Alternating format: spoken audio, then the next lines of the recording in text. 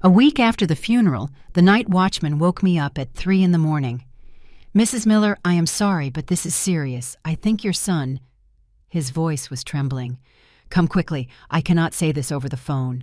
When I arrived at the back warehouse, the cold went straight through my back because of what I found there.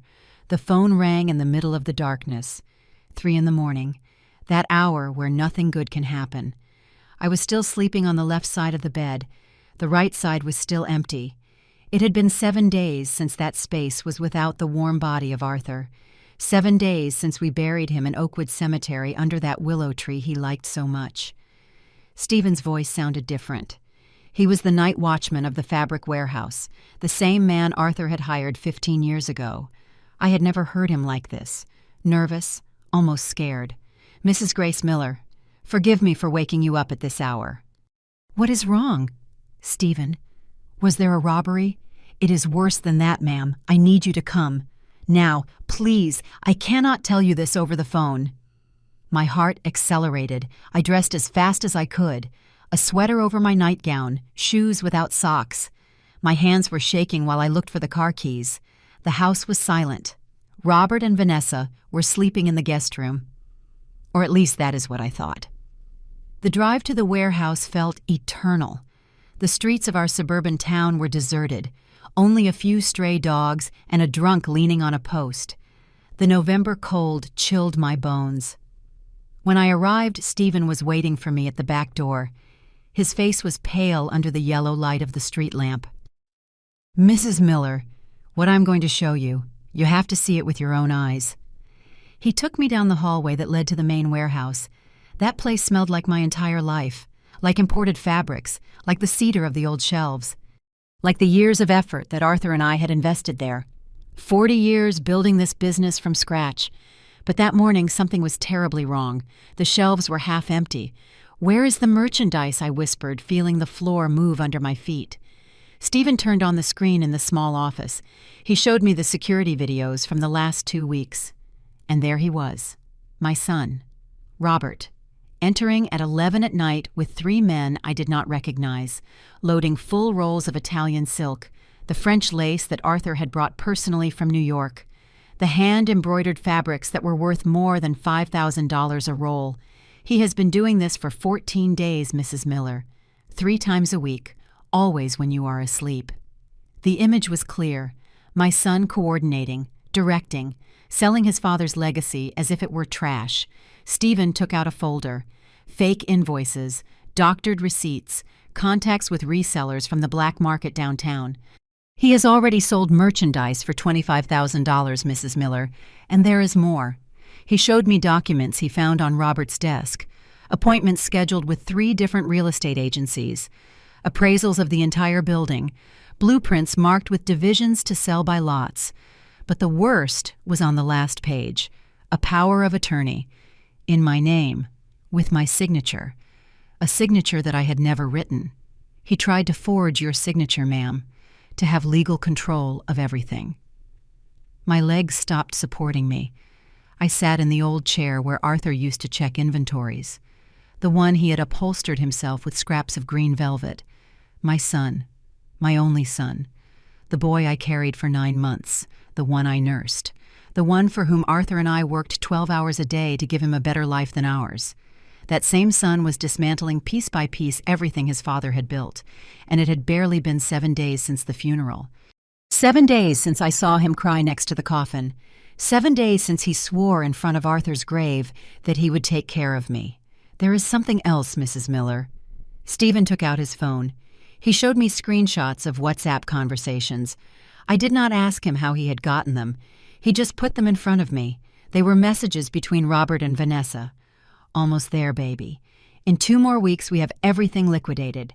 And your mom? Leave her to me. I already have the psychologist ready. We declare her senile, and that is it.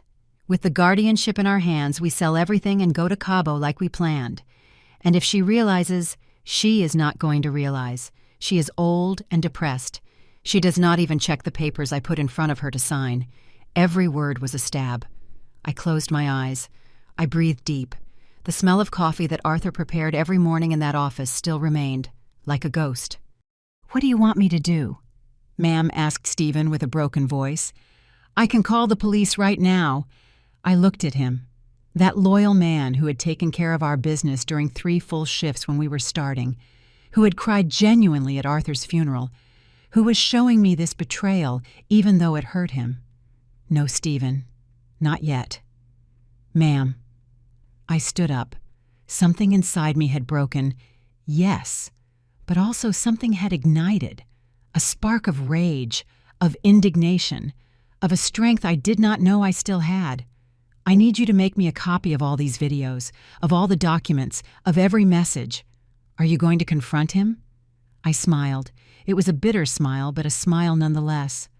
I am going to do something better. I am going to let him keep believing that I am a stupid old woman who does not notice anything.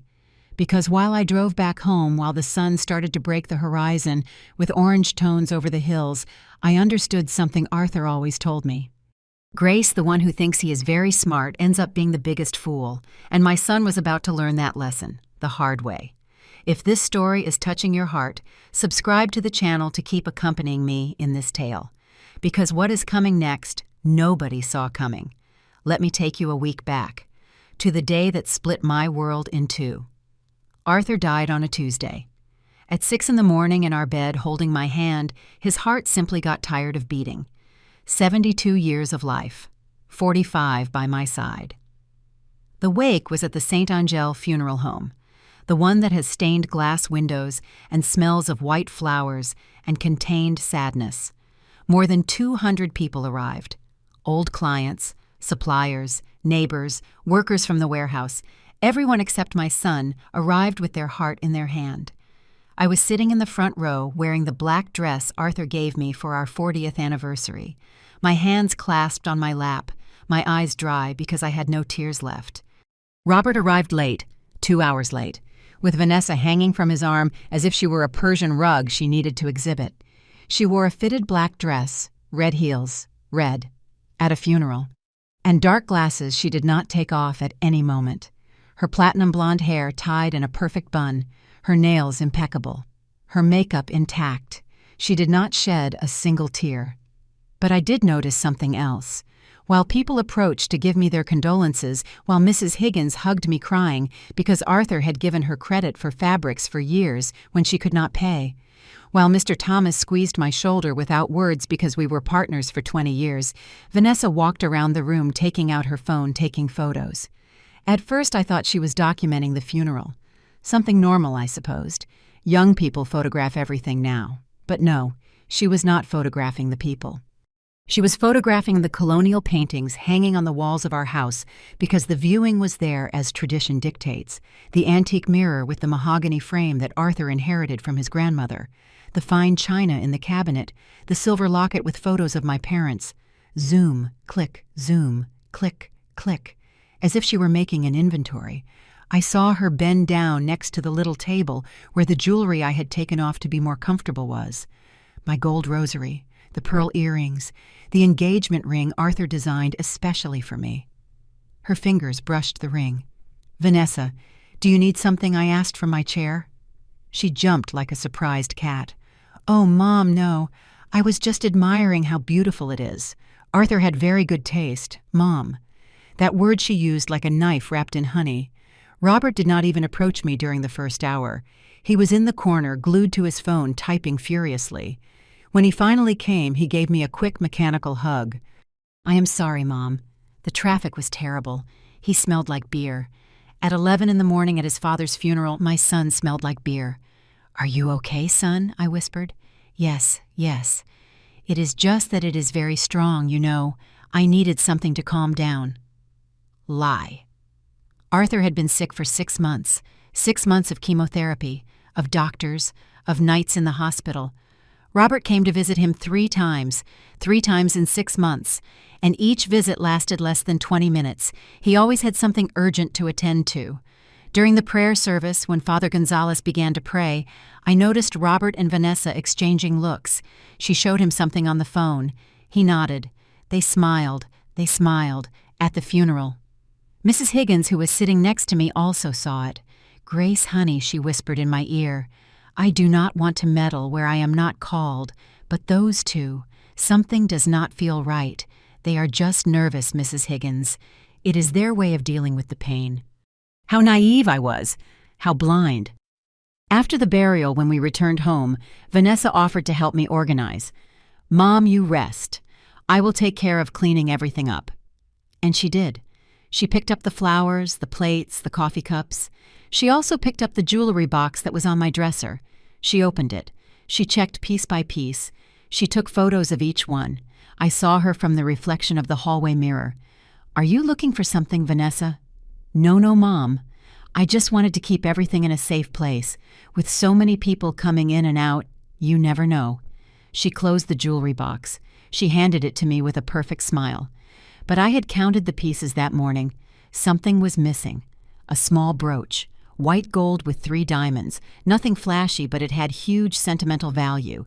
Arthur gave it to me when Robert was born. I did not say anything. Not yet.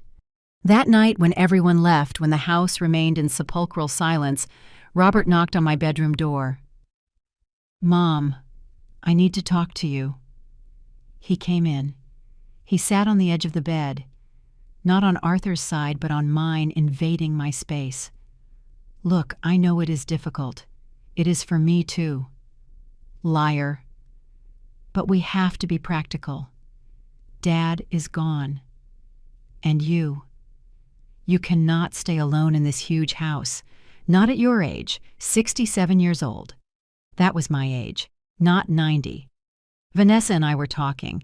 We think it is best if you come live with us, or better yet, we move here with you. Temporarily, of course.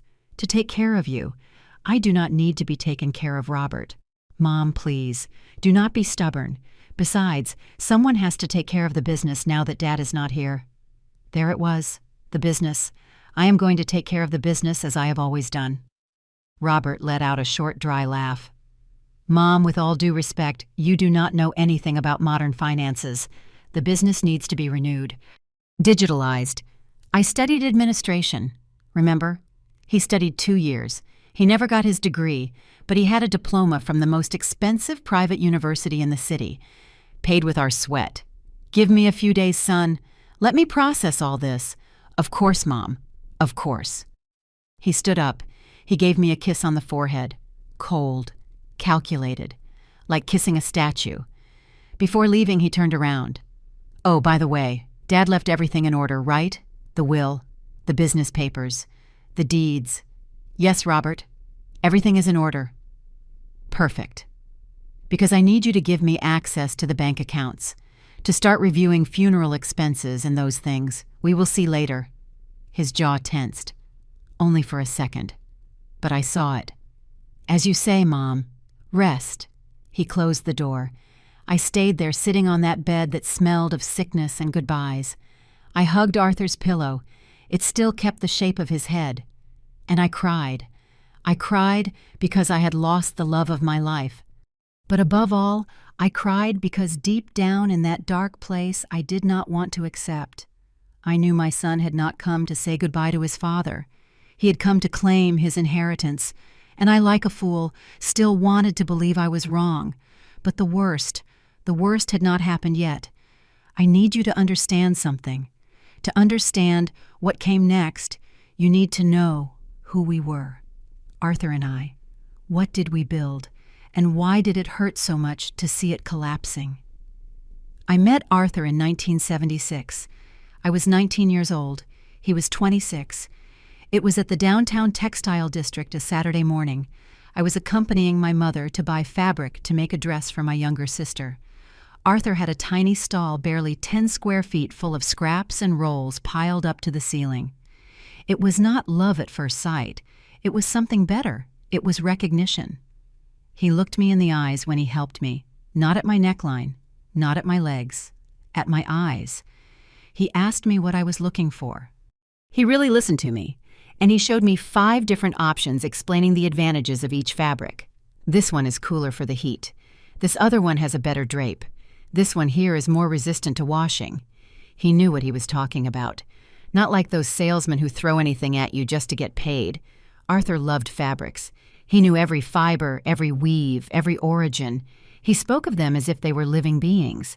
I went back the next Saturday, and the next, and the next, until one day, after buying half a yard of linen that I did not even need, he dared. "Would you like to have a coffee with me when I close the stall?" We got married 8 months later. The wedding was simple, at the neighborhood church with 20 guests, sweet bread and hot cocoa. We did not have money for more, but we had something better. We had a dream. Arthur wanted to stop being a street vendor. He wanted his own shop. He wanted to import quality fabrics, not just sell what arrived from national factories. And I wanted to build something with my own hands. The first years were war. We lived in a rooftop room we rented for $50 a month. We shared a bathroom with 3 other families. We cooked on a hot plate. We bathed with cold water because there was not enough for the heater. But we worked. God, how we worked. Arthur went out at 5 in the morning to the market. I stayed cutting measuring packing orders until 11 at night. Weekends we went together to knock on doors of workshops, seamstresses, small designers. We saved every dollar. Every damn dollar. We did not go to the movies. We did not buy sodas. Our clothes were secondhand. I baked the bread myself because it was cheaper. In 1979, after 3 years, we gathered enough to rent a small shop in the industrial district, 200 square feet, peeling walls, a bare bulb hanging from the ceiling. But it was ours. We named it Miller Textiles. Arthur insisted it carry my surname too, not just his, but we settled on Miller because he said that without me, without my hands, without my head for numbers, none of that would exist. We are a team, Grace half and half, and that is how it always was. Robert was born in 1983, a beautiful boy with big eyes and an easy laugh. We adored him. He was our prince, our engine to keep going. Maybe that was our mistake, giving him everything we did not have. Arthur did not want Robert to grow up with shortages, so we bought him the best shoes, even if we kept using the old ones. We gave him money for school, even if we had to skip meals. Let him study Grace. Let him not have to work like a donkey like us. And he studied. Private school, expensive university, English courses, his own computer when they were barely starting to become popular. But we never taught him the value of effort. We never made him work in the business. Let him have fun, Grace. He will have time to suffer when he is an adult. How wrong we were. By 1995, we already had 3 stores. One in the suburbs, one downtown, one in the fashion district. We imported fabrics from Italy, France, Japan. We had contracts with recognized designers, with fashion houses, with movie studios. Miller Textiles was a respected name. We bought the house in 2001, a 2-story house in the suburbs with a garden and a fountain, 3 bedrooms, study terrace. It cost $250,000. We paid it in 5 years, without loans, without debts, all in cash. With the sweat of 40-hour weeks turned into 60, into 70. Robert was 18 when we moved. He was already in college. He was studying business administration. Arthur was so proud. He is going to modernize the business, Grace. He is going to take it to the next level. But Robert never showed real interest. He came to the warehouse once a month out of obligation. He stayed for an hour, checked his phone every 5 minutes left with any excuse. "I have an exam, Dad. I met with some friends for a project. I have a headache." Arthur always justified him. "Leave him, Grace. He is young. He will mature." But he did not mature. He graduated at 24. He did not practice a single day. He got a job at an advertising agency that went bankrupt in 6 months. Then at a startup that never took off. Then at a gym as a manager from which he was fired for arriving late. He always had excuses. He always needed a small loan to get out of trouble. $500 here, $1,000 there, $2,000 for a sure investment that never bore fruit. Arthur gave him the money. Always. He is our son, Grace. We cannot leave him on the street. I started to set limits, to say no, to demand that he work in the business if he wanted money. Robert stopped talking to me for months. He called me greedy. He said I wanted to control him, that I did not let him be free. Arthur put himself in the middle trying to mediate, until he met Vanessa. That was 5 years ago. She worked organizing corporate events, or so she said. We never saw real evidence of her work, but she always wore expensive clothes, designer bags, perfect nails. Robert was mesmerized. She is the woman of my life, Mom. I am going to make her happy. They married 3 months after meeting. An ostentatious wedding they could not afford. Arthur and I put in $15,000. Vanessa put in the demands. A hall at the country club dinner with lobster premium open bar honeymoon in Cabo. I tried to talk to Robert. Son, this is a lot of money. Do you not prefer something more intimate? And save for your future, Vanessa heard me. Oh, Mom, it is just that you come from another generation. Now, weddings are a social investment. Networking, you know. Networking. At a wedding. I should have seen it then. I should have seen how she looked at me. As if I were an obstacle, an old-fashioned old woman who did not understand the modern world. Arthur, my noble and good Arthur, wanted to believe the best of everyone. Give her time, Grace. She is nervous about the wedding. You will see she calms down. But she did not calm down. She got worse. And now, sitting in that warehouse at 3 a.m., seeing the videos of my son stealing his father's legacy, I understood something terrible. Robert never wanted the business. He never wanted to honor our memory. He only wanted the money. And Vanessa. Vanessa only wanted Robert for what she could get out of him. 2 parasites disguised as family. And the worst of all was that Arthur died without knowing the truth. 2 days after the funeral, Robert knocked on my door with 3 suitcases. Mom, we already talked about this. Vanessa and I are staying with you for a season. We had not talked about anything. He had imposed it.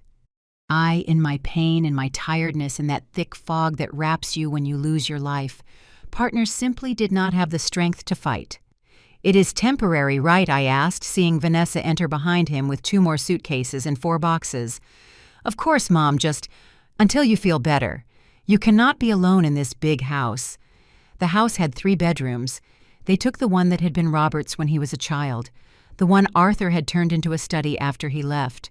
The mahogany desk where Arthur designed his fabric catalogs, the swivel chair he liked so much, the bookcases full of samples from all over the world, everything pushed to a corner, covered with a sheet as if it were trash. We needed space for our things, Mom said, Vanessa, with that smile that never reached her eyes. I hope you do not mind. I did mind, but I said nothing. Not yet. The first change was subtle. Vanessa reorganized the kitchen. Mom's sorry to tell you, but you have everything very disorganized. Look, the plates go better here, the pots there. It is more functional. See, I had organized that kitchen for 20 years. I knew exactly where everything was. I could cook with my eyes closed. Now I could not even find the spoons. Oh, Mom, you are getting forgetful. The spoons have always been in that drawer. Lie. They had never been there. But she said it with such security that she made me doubt myself. Then came the friends.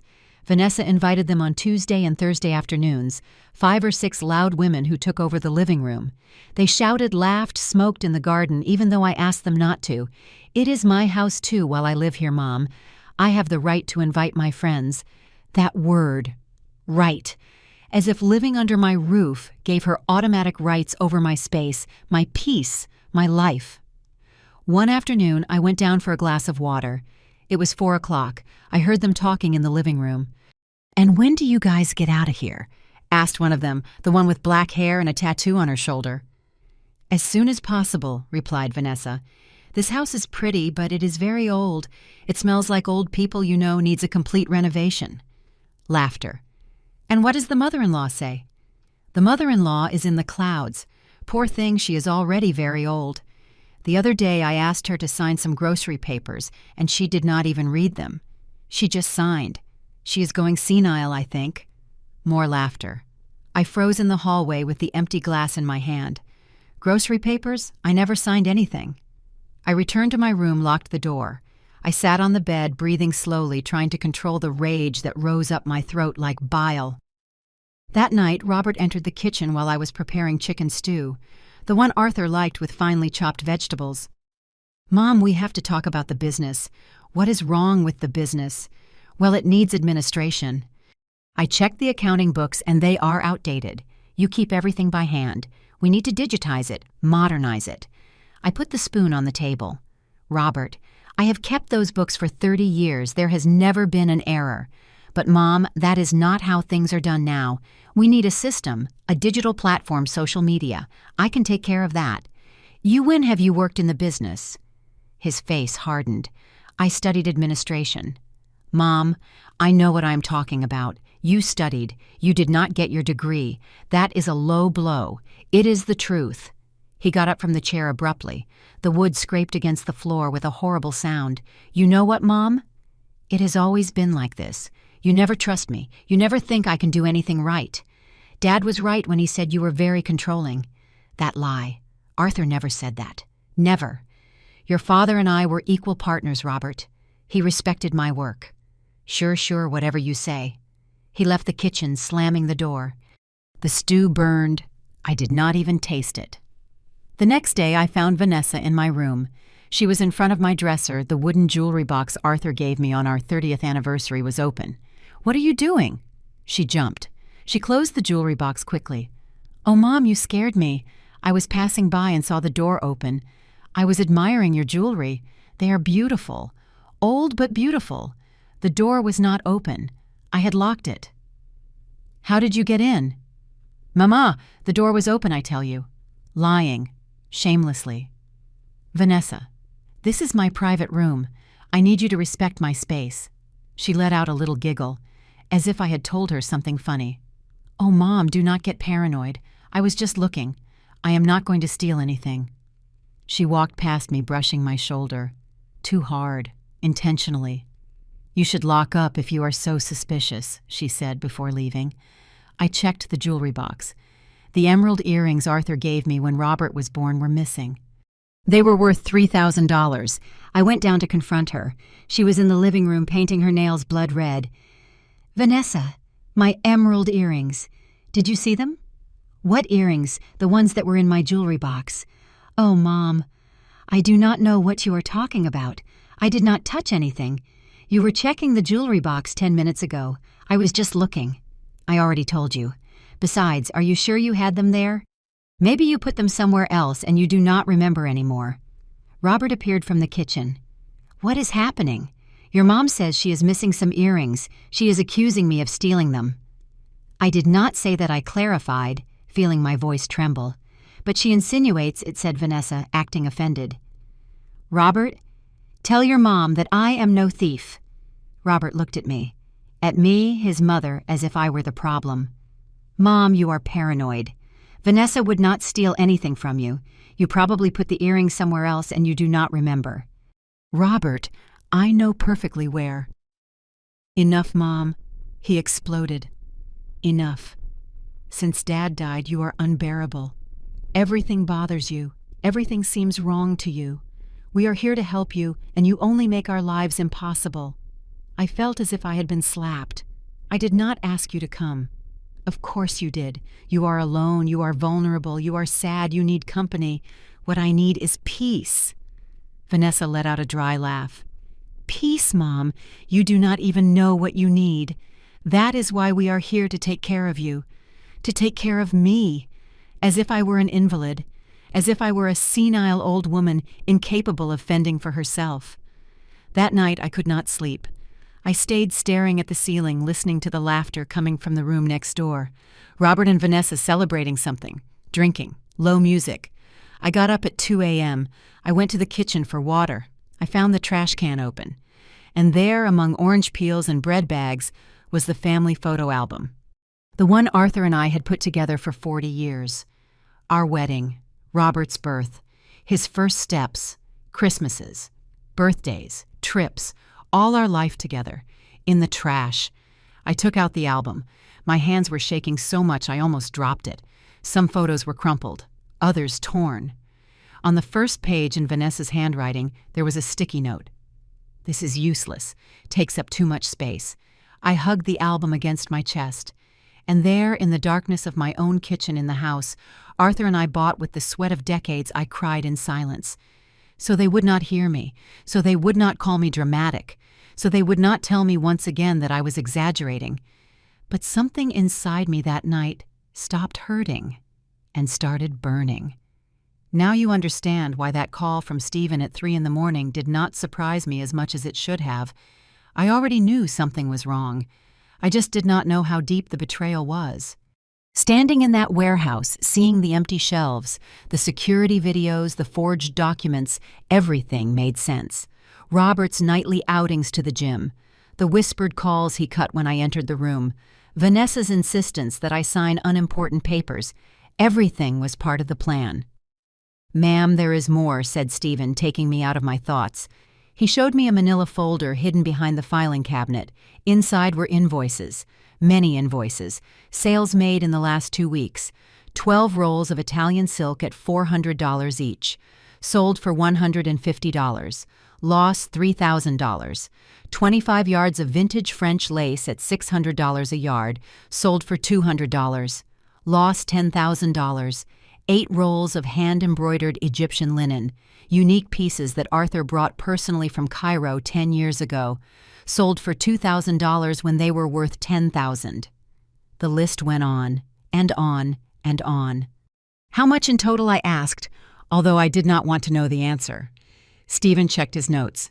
$30,000 in merchandise sold below cost, and that is only what I managed to document. Could it be more? The room spun. I grabbed Arthur's desk so as not to fall.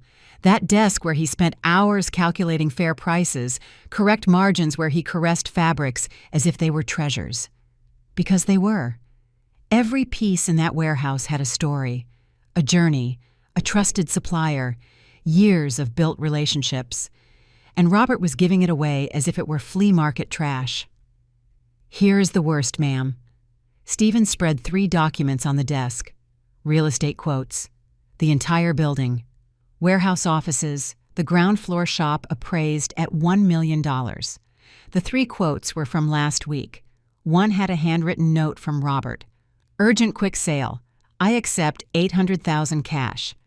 He was willing to sell the building cheap for more than $200,000 less than its value. Why such a rush? "There is more, ma'am. Forgive me, but I checked his desk. I found this." He handed me a crumpled envelope hidden in the bottom drawer. Inside were 3 credit cards in the name of Vanessa Miller. The attached statements showed debts for $40,000, purchases in department stores, expensive restaurants, trips, designer bags, shoes, spa, beauty salon. A life of luxury paid with money they did not have. I kept checking. I found receipts from a sports betting platform in the name of Robert Miller. Accumulated losses $20,000 in 6 months. My son was a gambler. My daughter-in-law a compulsive spender. And together they had accumulated more than $60,000 in debts. That is why they needed the money. It was not pure ambition. It was desperation. "Ma'am." Stephen's voice brought me out of the shock. "I also found this." He showed me his phone. Screenshots of a WhatsApp group called Project Freedom Freedom Cabo Vallarta. The messages were between Robert and Vanessa. I read in silence, feeling how every word was a dagger.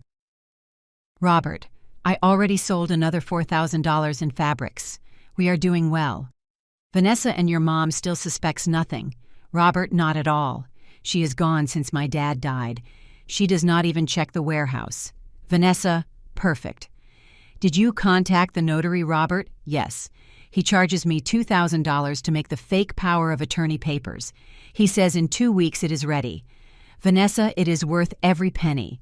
Once we have legal control, we sell everything and leave. Robert, sure you want Cabo?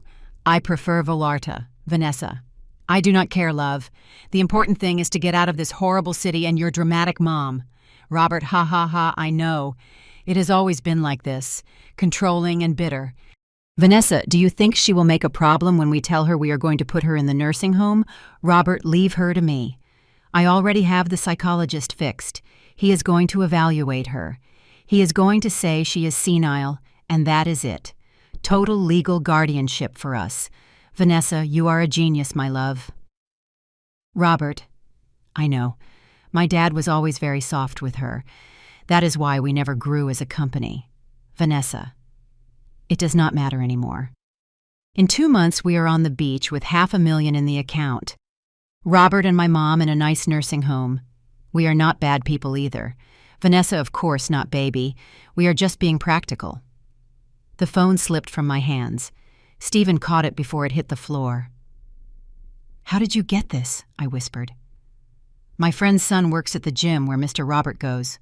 Once he saw him leave the phone unlocked in the locker room, he took photos quickly. He sent them to me because he knew something strange was happening. I breathed deep. Once. Twice. 3 times. I was not going to faint. I was not going to cry. Not this time. Stephen, I need you to do me a favor. Whatever you need, ma'am. Copy all this. Videos, documents, messages, everything. On 3 different USB drives. Yes, ma'am. And do not tell anyone you showed me this. Anyone. Not your wife, not your kids, not your friend. Understood? Understood. If Robert asks you something, you know nothing. You saw nothing. Clear crystal. Clear, Mrs. Miller. I sat in Arthur's chair. I ran my fingers over the marks his hands had left on the wooden arms. 40 years of use. 40 years of honest work. And now his son was spitting on that legacy. But something had changed inside me. Since I found the family album in the trash, something had broken. Not the pain, the fear. I was no longer afraid. I had rage, cold, calculated, lethal. Ma'am, are you going to report him? I looked at Stephen, that loyal man who had protected our business for 15 years, who cried at Arthur's funeral because he really loved him. Not yet, I replied. First, I'm going to let him keep believing I am a stupid old woman. Ma'am, I smiled. It was a smile I did not recognize myself. Robert is going to learn something his father could never teach him. What thing? That the most dangerous woman is the one you underestimate. I left the warehouse when the sky began to turn orange, the rising sun over the hills. Arthur loved that moment of the day. It is the world giving you another chance, Grace, he used to say. Another chance. Yes, but this time the chance was not to forgive, it was to get justice. And my son had no idea what was coming to him. 3 days after discovering the truth, Vanessa organized a family dinner. Mom, I invited some relatives. Nothing formal, just a gathering to cheer you up. She did not ask me if I wanted to. She informed me. Like you inform a small child. They are going to the dentist. Who did you invite? I asked, trying to keep my voice neutral. Oh, well, Aunt Betty, her children, Mr. Thomas and his wife, the neighbors next door. You know, close people. Close people. Witnesses, rather. I knew it at that moment. This was not a dinner, it was an ambush. I spent those 3 days acting, pretending I knew nothing, letting Vanessa reorganize my house, letting Robert go to the gym at 10 at night, letting both of them talk to me as if I were a disoriented old woman. Mom, did you take your vitamins? Mom, did you remember to turn off the stove? Mom, better I drive. You do not see well at night anymore. Every phrase was a drop of poison, but I smiled. I nodded. I let them believe they were winning. Meanwhile, I contacted my niece April, my sister Betty's youngest daughter.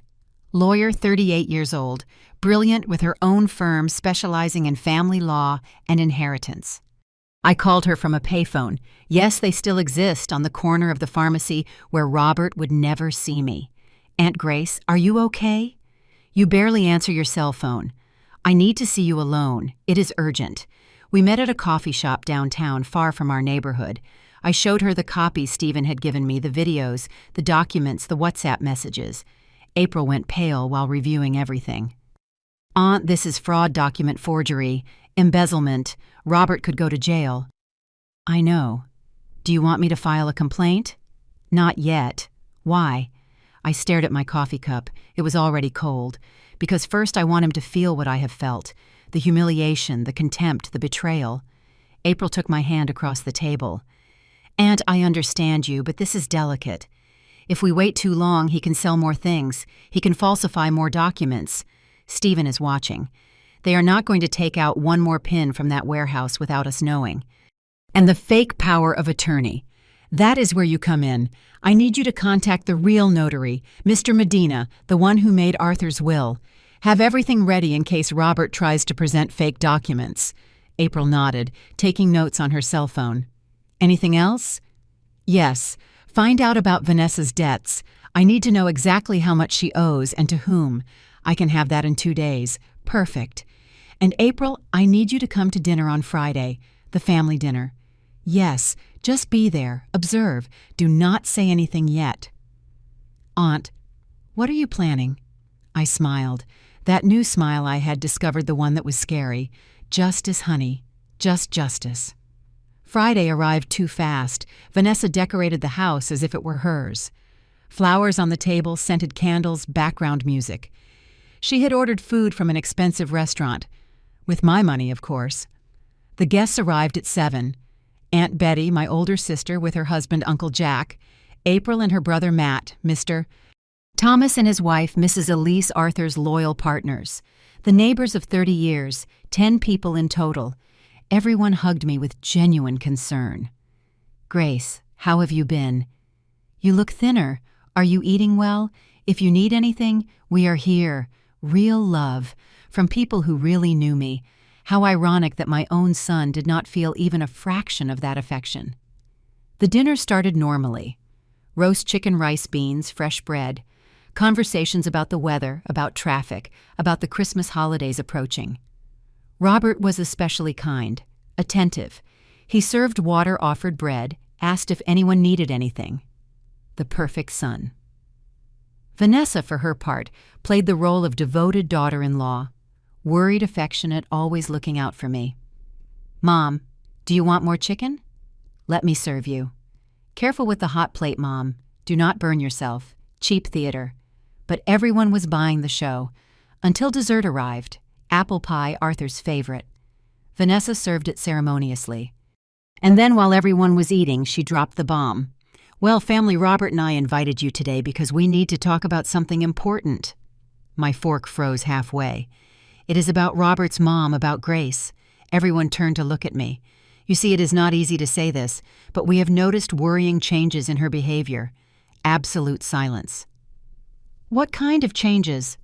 Asked Aunt Betty, frowning. Robert took control. He wiped his mouth with the napkin. He put on a suffering face.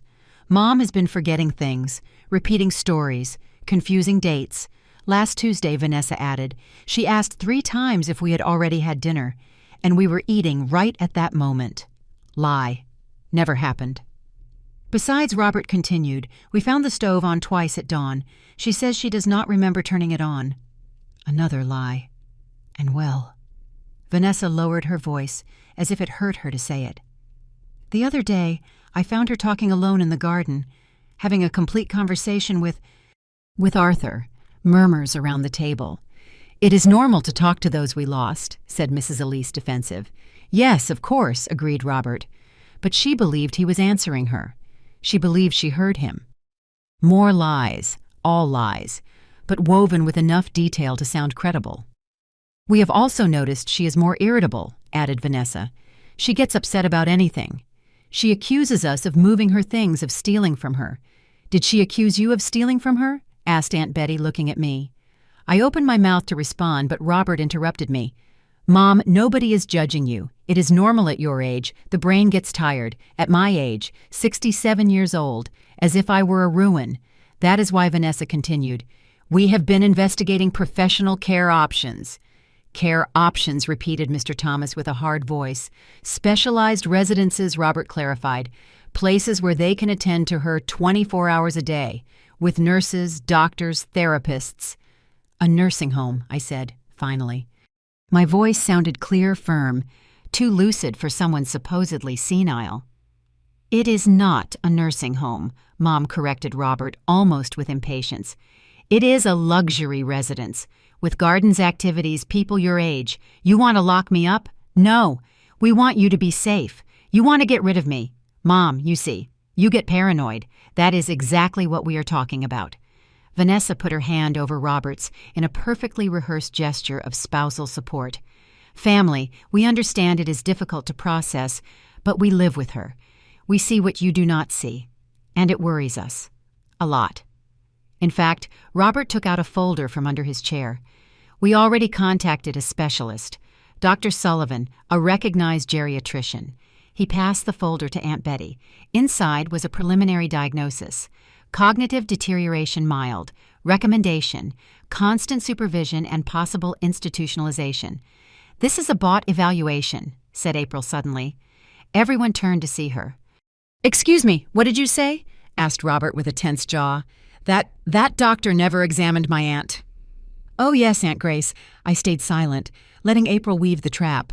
"Robert, when did that doctor examine your mom?" insisted April. A few days ago. He came to the house." "What day exactly?" "I do not remember the exact date, April.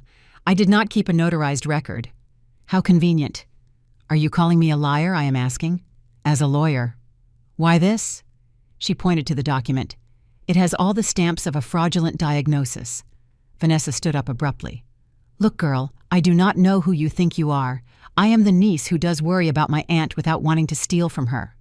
"Nobody is stealing anything," shouted Robert. The silence that followed was deafening. Mr. Thomas got up slowly from his chair. "Robert, boy, I have known your mom for 20 years. I worked with your dad since you barely walked. And I'm going to tell you something. Grace Miller is the most lucid woman I know. More lucid than you and me together. Mr. Thomas, you do not live with her. I work with her. Every day. And 3 days ago, we reviewed the complete inventory of the warehouse together.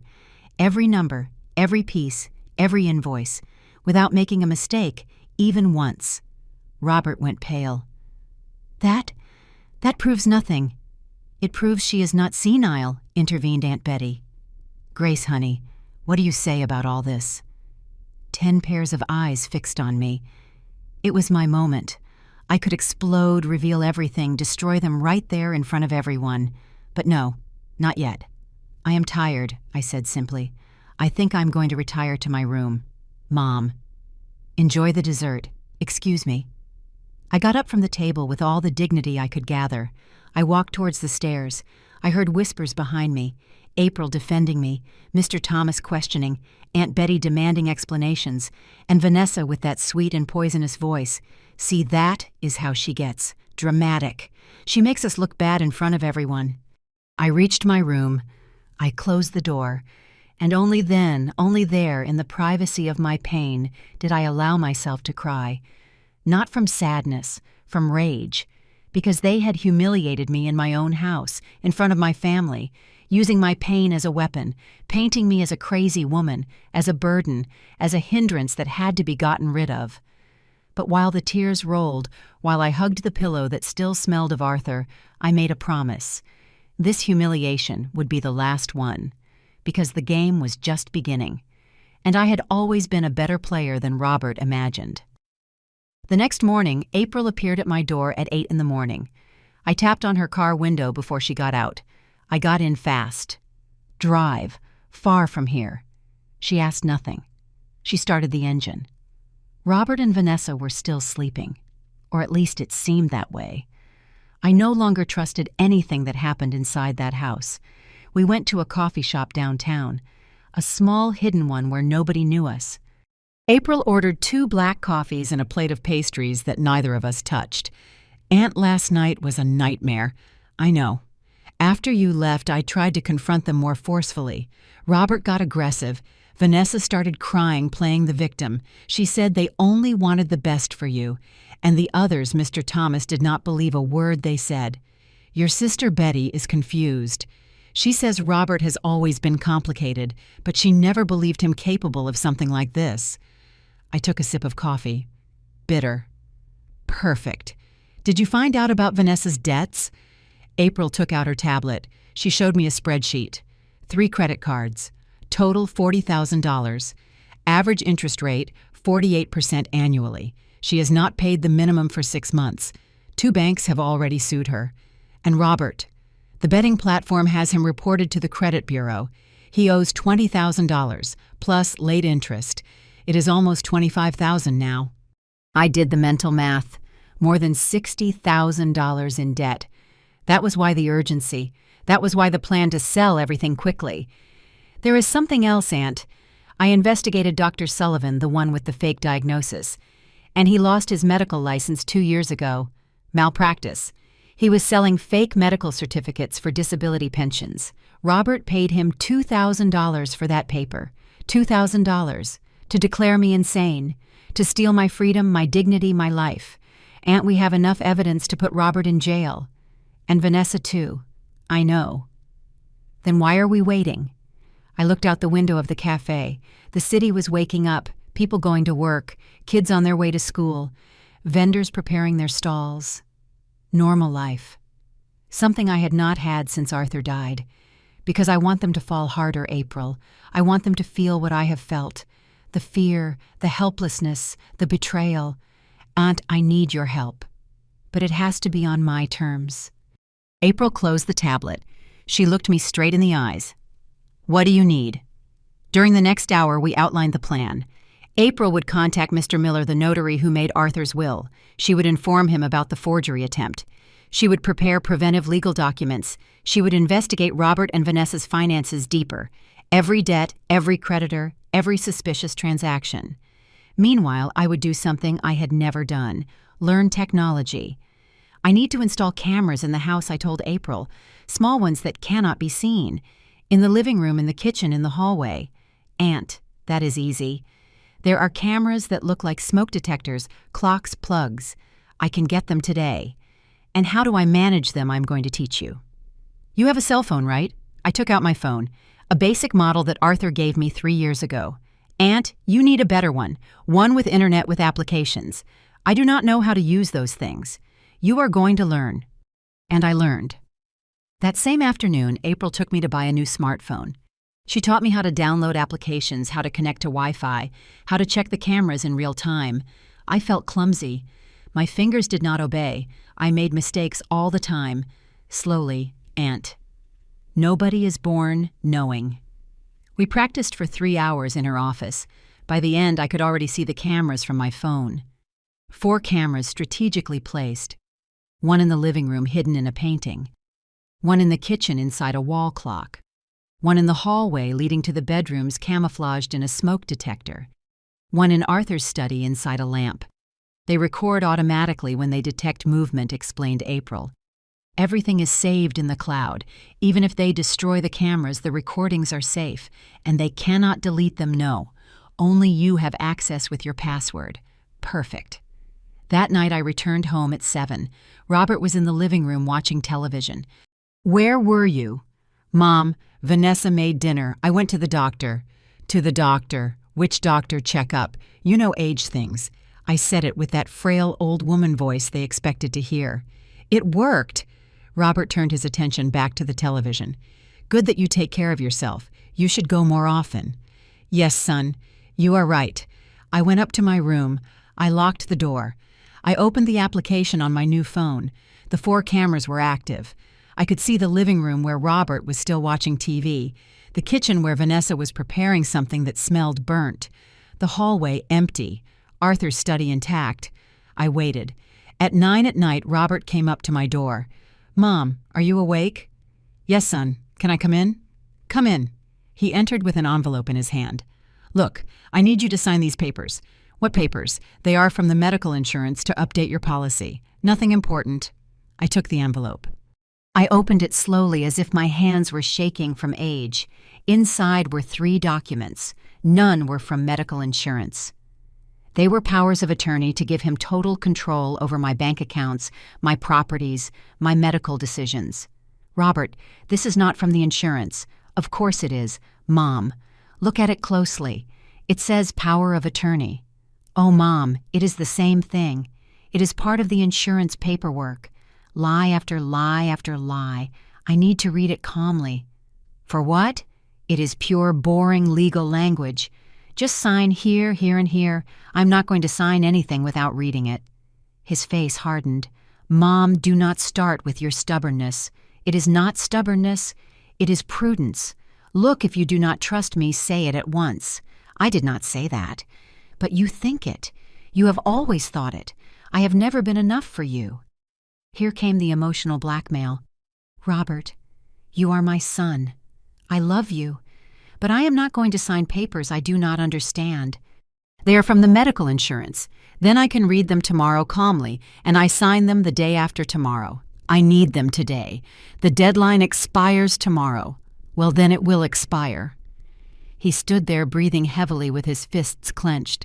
For a moment I feared he would hit me, but he controlled himself. You know what, Mom? Do whatever you want. You always do what you want anyway. He left, slamming the door. The hallway camera captured it all, going down the stairs furious, entering the living room where Vanessa was waiting for him, Did she sign? She asked. No, the suspicious old woman did not sign. Did you tell her about the insurance? Yes, but she did not buy it. Damn it, Robert. We need those signatures. I know, but I cannot force her. She would get more suspicious. Vanessa bit a perfectly manicured nail. Then we have to accelerate Plan B. Which Plan B? The psychologist. Have him declare her incompetent. That way we get legal guardianship without her signature. That takes time. Not that much. Dr. Sullivan says that in 2 weeks he can have the papers. But we need evidence of her mental deterioration. What kind of evidence? Vanessa smiled. That snake smile I already knew well. Leave it to me. From my room with the phone in my hand, I saw everything. I heard everything. And I recorded everything. The next day, Mr. Thomas came to visit me. I met him at the warehouse, not at the house. Grace, what is going on? Last night, your son called me asking for the business accounting books. What did you tell him? That you are the majority partner, and without your authorization, I give him nothing. He got angry. Very angry. Thank you, Thomas. I need you to keep it up. Give him absolutely nothing. Are you going to tell me what is happening? I took a deep breath, and I told him everything. The thefts, the fake invoices, the debts, the plan to declare me senile, to lock me in a nursing home, to keep everything. Mr. Thomas went pale while listening. When I finished, he hit the desk with his fist. That damn disgraceful man. Arthur must be rolling in his grave. That is why he cannot find out about anything, Thomas. I need you to act normal, as if you knew nothing. Why do we not report him now? Because I want more evidence. I want him to fall so hard he can never get up.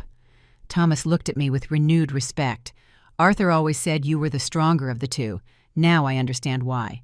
Are you going to help me until the end, Grace? Until the damn end? That week was a masterpiece of acting. Me playing the confused old woman, Robert and Vanessa believing themselves winners, and the cameras recording every second. They recorded Vanessa hiding my glasses so I would not find things. They recorded Robert moving the remote control and then asking me where I had put it. They recorded Vanessa turning the stove on low heat at 2 a.m, leaving it on to then discover it in the morning and say I had left it like that. Small cruelties designed to build their narrative, to make me look senile, to justify the confinement.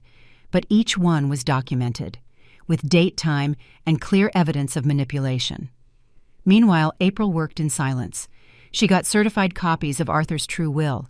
She alerted Mr. Miller about the forgery attempt. She prepared a criminal lawsuit for fraud, forgery, and breach of trust. She contacted Vanessa's creditors to confirm the debts. She found the manager of the betting platform willing to testify about Robert's losses, every piece of the puzzle falling into place, and I, meanwhile, continued being the stupid old woman who noticed nothing. One afternoon, while preparing coffee, I heard Vanessa talking on the phone in the garden. The camera captured her perfectly. Yes, Dr. Sullivan, we need the certificate for next week. No, there is no problem with the payment. We deposit the $2,000 as agreed. Perfect. Make it say severe cognitive deterioration, not just mild. We need it to sound urgent. Yes, yes, we already have evidence of erratic behavior. Excellent. See you on Friday. She hung up, and she smiled, as if she had just won the lottery. She did not know she had just signed her sentence, because the Friday she was waiting for so much would be the day her whole world would crumble. Monday morning, I went down to breakfast in a robe with messy hair uncombed, dragging my slippers. Vanessa was in the kitchen putting on makeup in front of the small mirror she had hung next to the fridge. Good morning, Mom. Good morning, dear. Did you have breakfast? Yes, an hour ago. Do you want me to prepare you something? No, thanks. I already ate. Vanessa turned to see me, narrowing her eyes. You already ate, Mom. It is barely 8 a.m. You just came down. Really? Oh, how silly. I got confused. I registered the spark of satisfaction in her eyes. Do not worry. It happens to all of us. Not to all of us. Only to those who are being manipulated to seem senile. I poured coffee. I dropped a cup accidentally. It broke into pieces against the floor. Oh no, sorry. Mom, careful. Do not bend down. You can cut yourself. I will clean. Vanessa took out her phone while sweeping the pieces. I saw her taking photos of the fragments on the floor, Evidence of my clumsiness. How predictable. On Tuesday during lunch, I asked 3 times what day it was. Mom, I already told you. It is Tuesday. Tuesday, I thought it was Monday. No, it is Tuesday. You asked me 10 minutes ago. Yes, I do not remember. Robert and Vanessa exchanged significant looks. That night I heard them talking in their room. The cameras did not reach there, but I had left my new phone recording audio hidden in the bathroom we shared. April had taught me the trick. She is getting worse fast, said Vanessa. I know. Today she broke a cup. Yesterday she left the water running in the sink for half an hour. That was a lie. But I let them believe what they wanted. Dr. Sullivan is coming on Friday.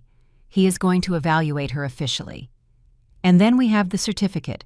How long after can we request guardianship? The lawyer says that in 2 weeks we have the hearing, and with the medical certificate plus the declarations of erratic behavior, it is almost certain they give it to us. And can she fight? She can try. But if she is declared incompetent, her word is worthless. We will be her legal guardians. We can do whatever we want. Sell the building, liquidate the business, keep everything, and her in a nice nursing home well taken care of without bothering. Laughter. Laughter about my future confinement, about stealing my freedom, about destroying everything Arthur and I built. I squeezed the phone between my hands containing the rage. Not yet. Not yet. On Wednesday, I did something I never thought I would do. I threw myself on the floor in the living room. On purpose. Calculatedly. I screamed as if I had fallen. Robert came running from the kitchen. Mom, what happened? I slipped. I do not know how. Does anything hurt? No, I do not think so. He helped me up. I pretended it was hard for me. Mom, you have to be more careful. I am sorry, son. What were you doing? I was going to... I paused. I looked around as if confused. I do not remember. I saw the shine in his eyes. Satisfaction. Horror. A mix of both. It is okay, Mom. Come, sit down. I will bring you water. That night we had dinner in silence. Vanessa observed me like a scientist studying specimens. Mom, how do you feel, fine dear? Why? Because of the fall today. What fall? The one this afternoon. In the living room, I fell. Robert left the fork on the plate. Mom, do not you remember you fell? Ah, yes. Yes, I remembered. Sorry. But it did not sound convincing. I did it on purpose, because I wanted them to think my mind was really failing, that it was real, that they were winning. Thursday was the hardest day, because I had to say something unforgivable. I went down to breakfast. Robert was at the table checking his phone. I looked at him. I narrowed my eyes. Who are you? He froze. What? Who are you? Why are you in my house? Mom, it is me. Robert, your son. Robert, no, no. Robert is a boy. You are a man. He got up from the chair, pale. Mom, you are joking, right? I maintained the empty stare. Distant. I do not know you. I am your son. Do not shout. You scare me. Vanessa came running from upstairs. What is happening? She does not recognize me. She says she does not know who I am. Vanessa looked me straight in the eyes, and I held the performance. Lost look, confusion, fear. Mom, it is Robert, your son. Do not you recognize him? My son is small. He is 7 years old. Robert let himself fall into the chair with his hands on his head. My God, she is worse than I thought. It was the hardest acting of my life because I had to see the pain in his face and not break. I had to pretend I did not recognize the boy I gave birth to, the one I nursed, the one I took care of when he had chickenpox and did not sleep for 3 nights in a row. But I did it because I needed them to believe, completely, without doubts. I waited 5 minutes. Then I blinked like coming out of a fog. Robert, Mom, do you recognize me now? Of course, son. Why would I not recognize you? Because a moment ago you said, what did I say? That you did not know who I was. Do not say nonsense. You are my son. He exchanged looks with Vanessa. Mom, do you feel okay? Yes, perfectly. Why does everyone ask me that? For nothing. For nothing. That afternoon, while they thought I was napping, I heard them call Dr. Sullivan. "Doctor, we need to move up the appointment. It is urgent." This morning she did not recognize me. Yes, seriously, she thought I was a stranger. No, it lasted a few minutes and then she returned to normal, but she did not remember the episode. "Can you come tomorrow instead of Friday? Perfect. At 3 in the afternoon. We expect you here." He hung up.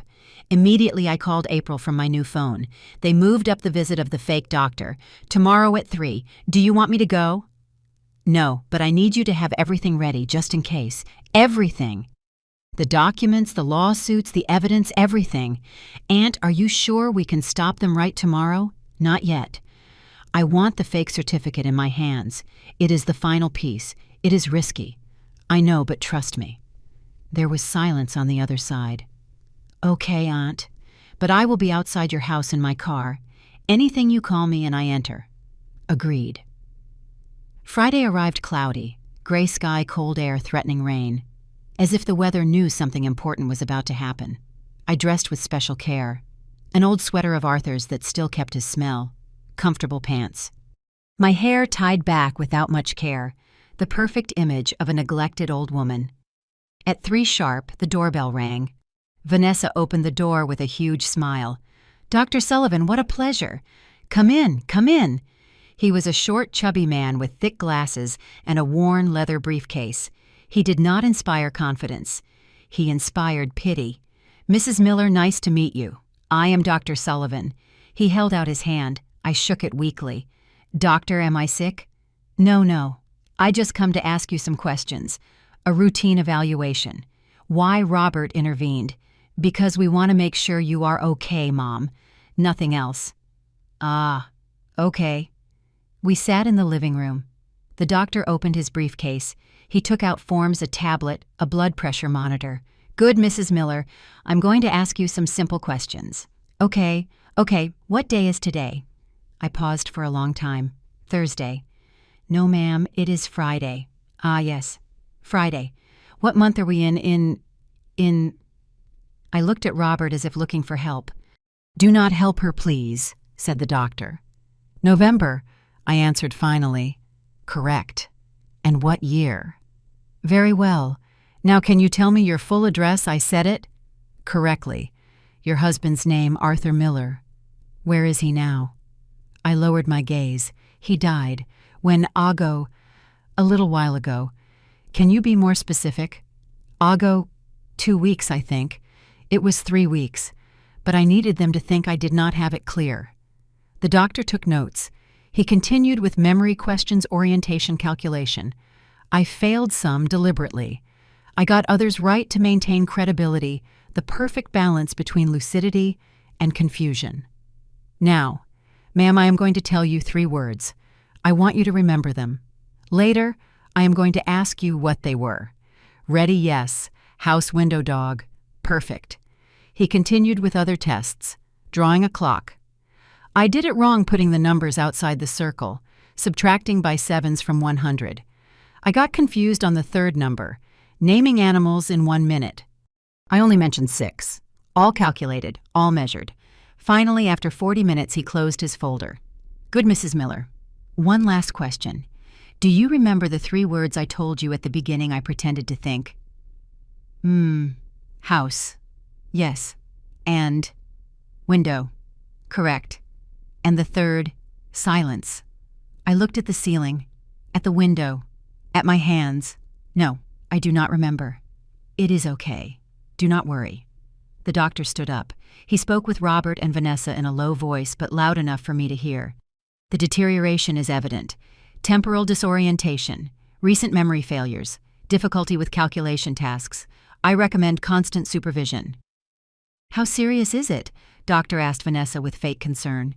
"Enough to consider specialized care. I am going to issue the medical certificate recommending legal guardianship. When can we have it? I will email it to you tonight.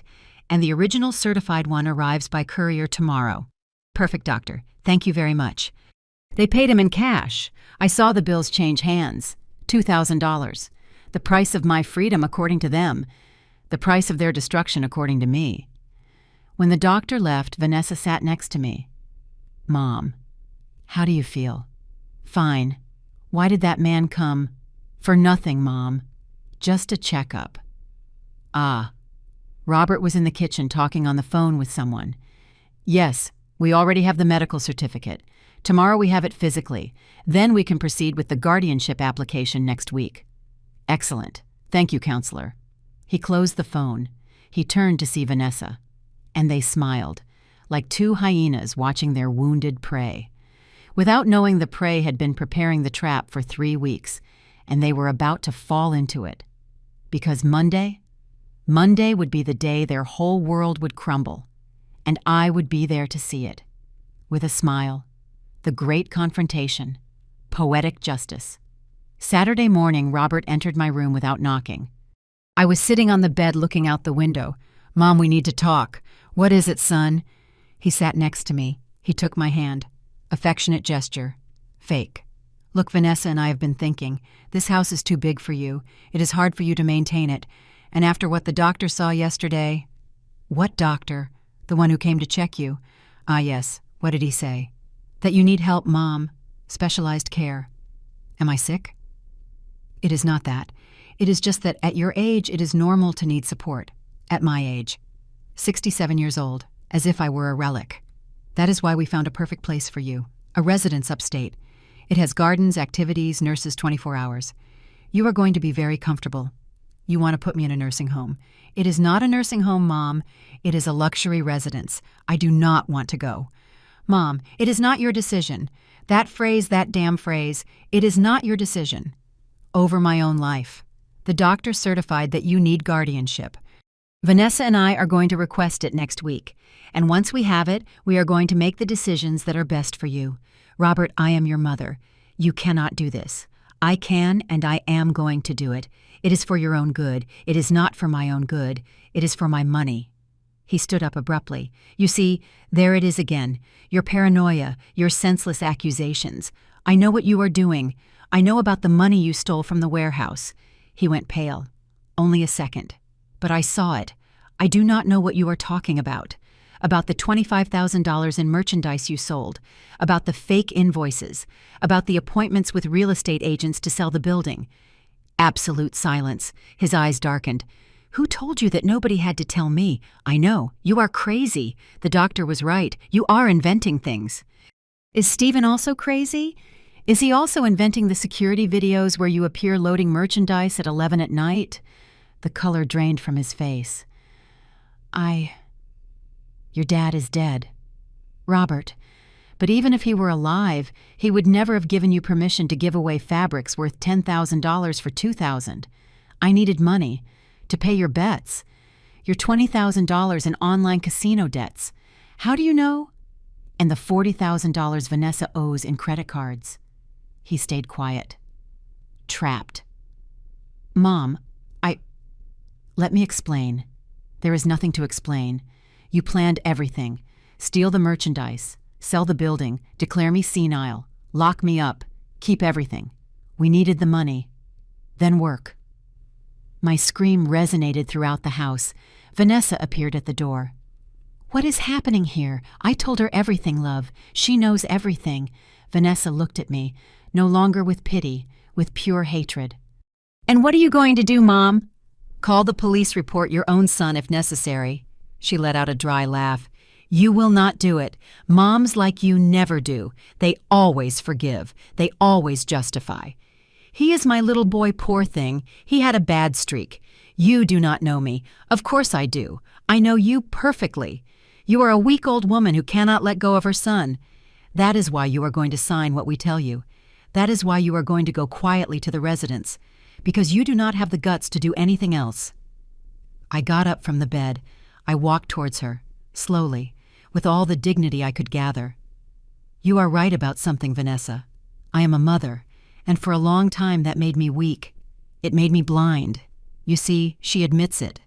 But I am also the woman who built a business from scratch, who built an empire with hands full of calluses, who survived 40 years in a brutal market, and that woman does not let herself be robbed by a pair of parasites. Vanessa took a step towards me, threatening. Watch your words, old lady. Or what are you going to hit me? Do it. The cameras are recording. She froze. What cameras? The 4 hidden cameras in this house that have recorded every lie, every manipulation, every attempt to make me look senile for 3 weeks. Robert panicked. Mom, there are no cameras. You are inventing. I took my phone out of my sweater pocket. I opened the application. I showed them the screen. 4 live videos, living room, kitchen, hallway, study. And in the top corner, the counter. 487 saved videos. My God, whispered Robert. Everything is documented. Vanessa moving my glasses. You moving the remote control. Vanessa leaving the stove on purpose. Your conversations about the Cabo Vallarta project, the payment to Dr. Sullivan, everything. Vanessa snatched the phone from my hand. This can be deleted. It is in the cloud. Even if you destroy the phone, the copies are safe. With my niece April. With Mr. Miller. With Mr. Thomas. Lie. Call her. Ask her. Robert dropped into the chair with his head in his hands. We are screwed. We can still fix this, said Vanessa. We can negotiate. Negotiate what I asked. We leave. Right now. We disappear. And you do not press charges in exchange for what? That Robert continues being your son. That you do not put him in jail, emotional blackmail, until the last second. Robert stopped being my son when he decided to betray me. I am your blood, he shouted, standing up. You cannot do this to me. You did it to me first. I gave you a grandson who was never born. I gave you years of my life. You gave me debts, lies, betrayal. Mom, please. He knelt in front of me. Real tears this time. Forgive me. Forgive me. It was Vanessa's idea. She convinced me. I did not want to. Do not blame her. It was you who stole the merchandise. You who forged my signature. You who called me a cumbersome old woman in your messages. I was angry. I did not mean it. You meant it, and you felt it. And now you are going to face the consequences. The doorbell rang. Vanessa ran to the window. There are 2 patrol cars outside. I called them an hour ago, I said calmly. You cannot do this. I can, and I am doing it. Robert clung to my legs. Mom, no, please. I beg you, do not put me in jail. Dad would not have wanted this. That was the last straw. I bent down. I looked him in the eyes. Your father died believing you were a good man. He died without knowing his son was a thief, a liar, a traitor. And do you know what is the saddest thing, Robert? That was a mercy. Because if he had lived to see this, it would have broken his heart. Mom, but I did see it. I did live it. And I am not going to let you keep spitting on his memory. The doorbell rang again, more insistent. I went down to open. 2 police officers, a woman and a man, young, serious. Mrs. Grace Miller. It is me. We have an arrest warrant for Robert Miller and Vanessa Miller. Fraud, forgery of documents, and embezzlement. They are upstairs in my room. I guided them upstairs. Robert was still kneeling on the floor, crying. Vanessa was by the window, looking for an exit that did not exist. Robert Miller. Vanessa Miller, you are under arrest. This is a mistake, shouted Vanessa. This crazy old woman is setting a trap for us. The officer looked at her coldly. We have solid evidence. Videos, documents, testimonies. It is not a trap. It is justice. They handcuffed them. Robert looked at me one last time. Mom, are you really going to do this? You already did it, son. I am just finishing what you started. They took them away. Both of them, going down the stairs of the house where their lies grew, leaving through the door that Arthur and I crossed 1,000 times with hope, getting into the patrol cars while the neighbors watched. And I stayed there, standing in the entrance, watching them take away my only son. I did not cry, not yet. Because the pain would come later, but in that moment I only felt something I had not felt in weeks. Peace. April arrived running 10 minutes later. Aunt, are you okay? Yes, honey, I am okay. They are going to process them this afternoon. We have everything ready. The evidence is solid. How long Robert can face 6 months to 2 years for minor fraud. Vanessa the same, plus the civil lawsuits from the creditors. And Dr. Sullivan is already being investigated by the medical board.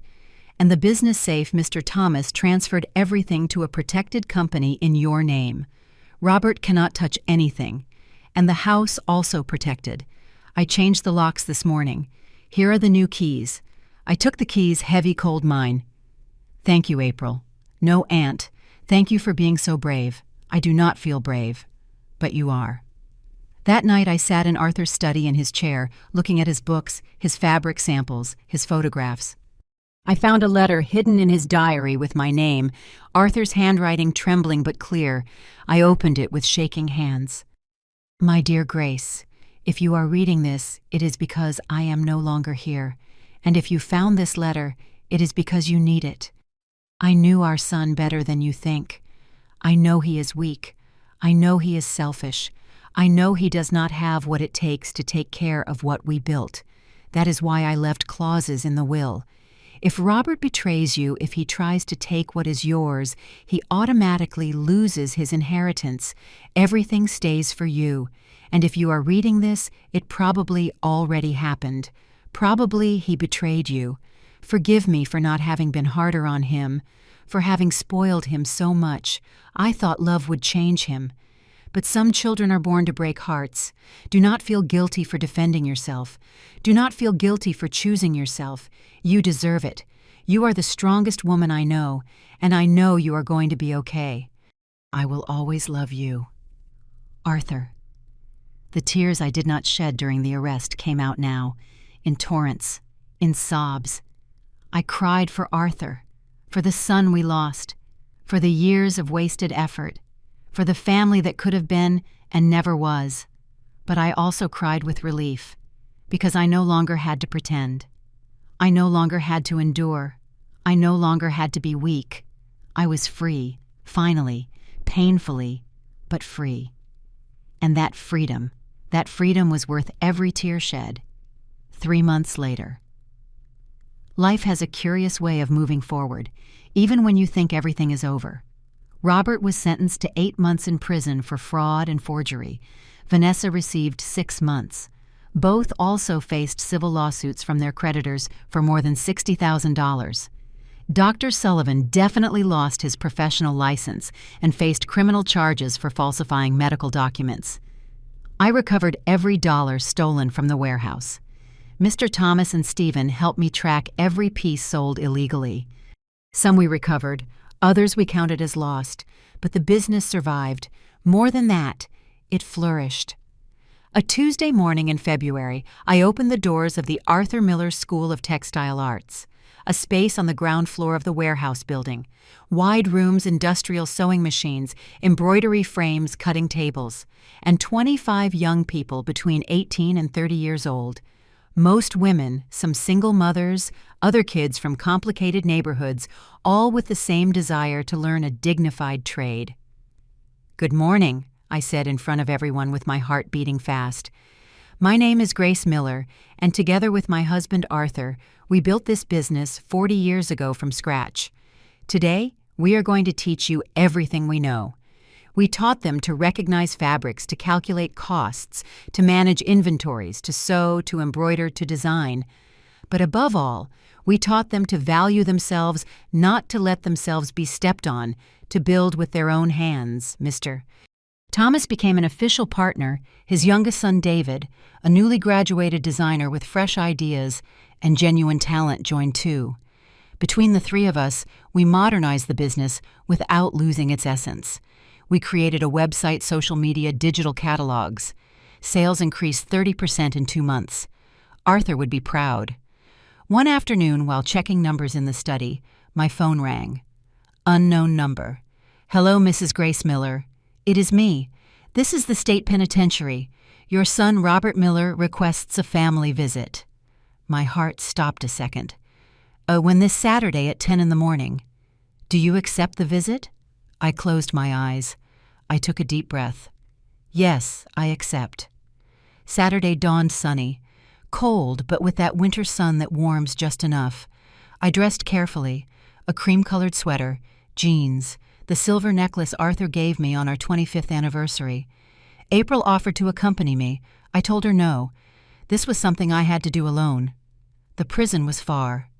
A gray building surrounded by fences with guards in every corner. I passed 3 security filters: bag check, metal detector, registration. They took me to a visiting room, metal tables bolted to the floor, plastic chairs, smell of disinfectant mixed with sweat. I waited 15 minutes. Then I saw him enter. Robert. But not the Robert I knew. This man was thinner pale with deep dark circles and unkempt hair. He wore a beige inmate uniform. He sat across from me. We looked at each other in silence for a whole minute. "Thank you for coming, Mom. How are you surviving?" Silence again. "Vanessa," I asked. "She is in the women's prison. We have not had contact. And His voice broke. "I have a lot of time to think in here.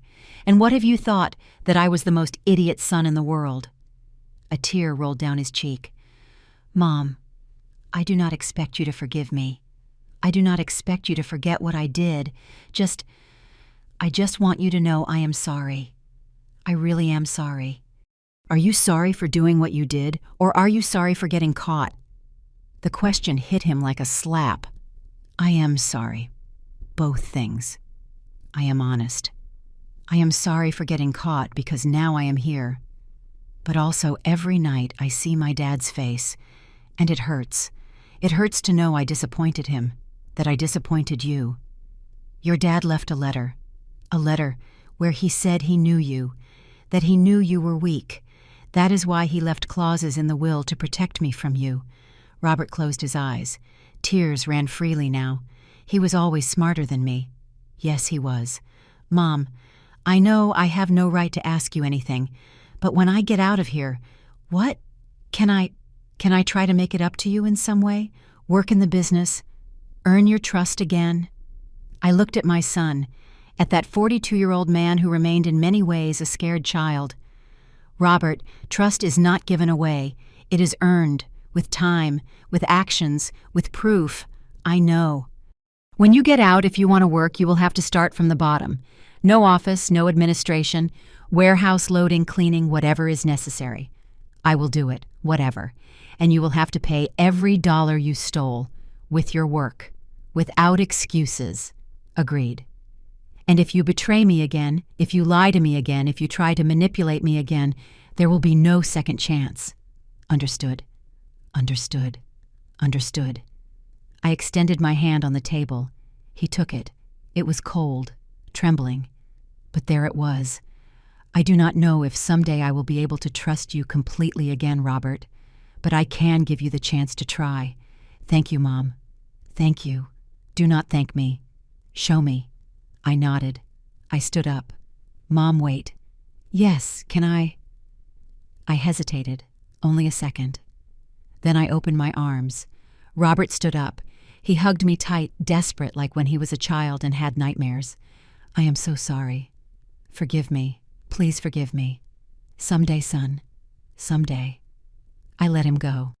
I left that room without looking back, because if I looked back, if I saw him crying, there sitting alone at that metal table, I would break, and I had already cried enough. 2 weeks later, we officially inaugurated the trade school. We held a small ceremony, nothing ostentatious, pastries, coffee, tamales.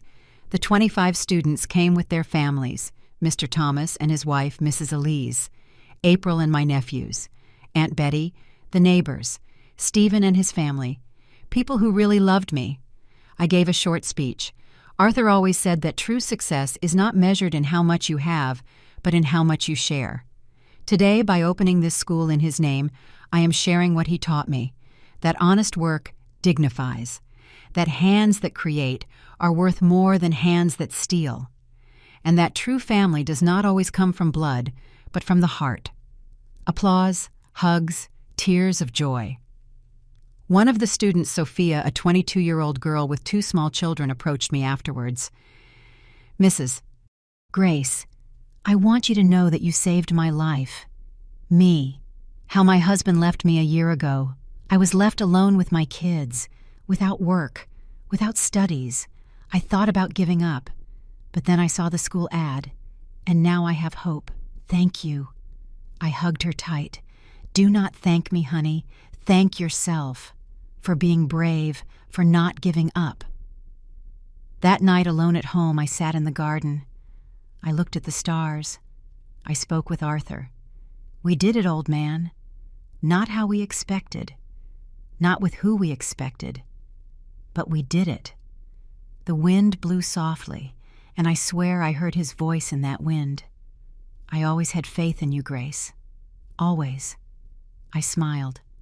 A real smile. Of peace. Of closure.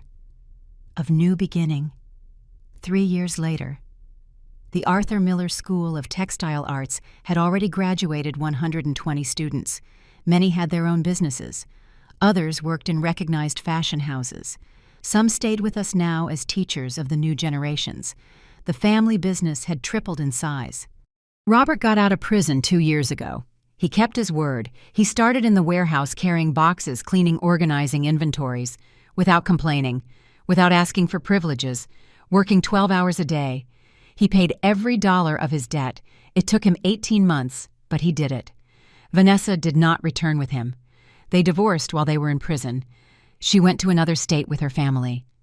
We never heard from her again. Robert now lives in a small apartment downtown. He comes to work every day. He eats with me on Sundays. We do not talk about the past, but we build a present. Slowly, carefully, like someone fixing a broken vase knowing the cracks will always be there. But choosing anyway to give beauty a second chance. Do I trust him completely? No. Do I love him? Yes, because despite everything he is still my son. But now I am a different woman. A woman who learned to set limits to defend herself, not to confuse love with submission. One afternoon, while giving embroidery classes to a new group, a student asked me, "Mrs. Grace, how did you manage to get up after losing everything I left the needle on the fabric?" I looked at those 15 young women who looked at me with hope. I did not lose everything, honey. I lost the illusions. I lost the naivety. I lost the version of me that needed to be loved at any cost. But I gained something much more valuable. I gained myself, reflective silence. And that, I continued, no one can take away from me. Not betrayal, not time, not loneliness. Because true wealth is not in what you possess. It is in what you do not allow them to take away from you. Your dignity, your voice, your right to defend yourself. Tears on several faces. Never, never let fear make you small. Never let love make you blind. And never, never allow anyone to steal your peace. Spontaneous applause. And in that moment, looking at those faces full of hope, those eyes shining with dreams, I knew Arthur would be proud, not of the son who could not be, but of the woman I became, the woman who fell, who cried, who broke, but who got up, stronger, wiser, freer. And that woman that Grace Miller of 69 years with gray hair and wrinkles on her face, but with fire in her heart, that woman was no longer afraid of anything, because she had faced the worst, and she had survived. Not just survived, she had flourished. Final reflection. There are moments in life where you have to choose between being loved or being respected, between keeping silent or raising your voice, between protecting who hurts you or protecting yourself. And I chose. I chose my peace over their comfort. I chose my dignity over their convenience. I chose my future over their past. It was not easy. It hurt like nothing else has hurt. But it was worth every tear. Because at the end of the day, when I look in the mirror, I see a woman who can hold her gaze. A woman who did not sell herself, who did not let herself break, who chose to live with her head high even if that meant walking alone for a while. And if my story can inspire just one person to defend themselves, to not allow abuse disguised as love, to set limits even if it hurts, then every second of pain will have been worth it. Because the true inheritance we leave are not buildings, nor bank accounts, nor properties. It is the lesson that we deserve respect, that we deserve peace, that we deserve true love, not crumbs wrapped in guilt, and that nobody can take away from you. Never. If this story touched your heart, if it reminded you of someone you know, or if you yourself have lived something similar, leave me your comment. Tell me where you are watching from, and if you know someone who needs to hear this message, share it. Like, subscribe, and let us keep sharing life stories that remind us that never, never is it too late to defend ourselves, because dignity has no age, and respect is not begged for, it is demanded.